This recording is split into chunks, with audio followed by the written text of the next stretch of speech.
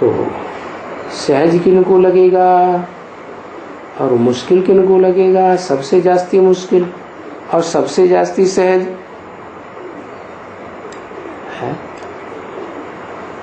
सबसे जास्ती सहज उनको लगेगा जो संगम युग के शूटिंग पीरियड में जब बाप आते हैं तो जिन रुद्रमाला के बाणकों को पहले तैयार होना पड़ता है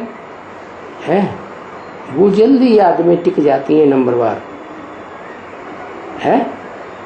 फिर वापस जाते समय 5000 वर्ष के बाद जब फिर बाप आते हैं और वापस ले जाने के लिए आते हैं तो पुरुषार्थ में उनको बहुत सहज होता है।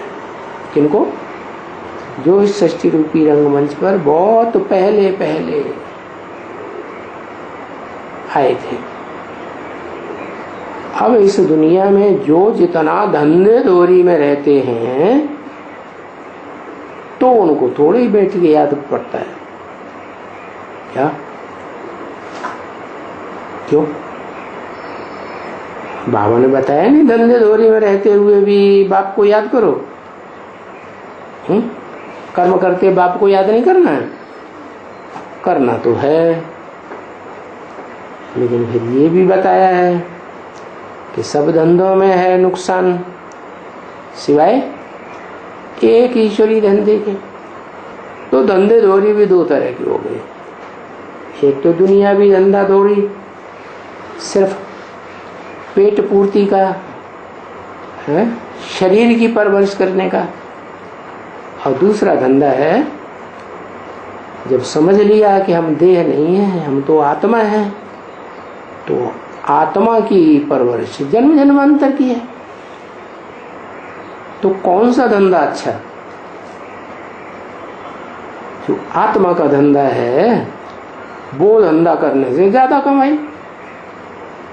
देह का धंधा तो जो कमाई करेंगे वो एक जन्म ही चलेगी, वो भी चली न चोर लुटेरे लूट ले जाए, गवर्नमेंट लूट ले, आग जला दे, जमीन में धस जाए,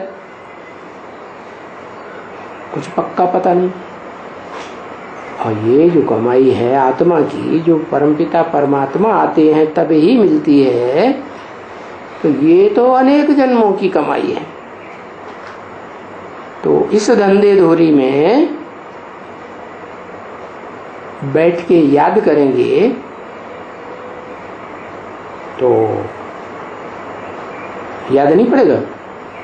नहीं पड़ेगा। अरे ईश्वरी धंधे में रहेंगे तो याद नहीं पड़ेगा।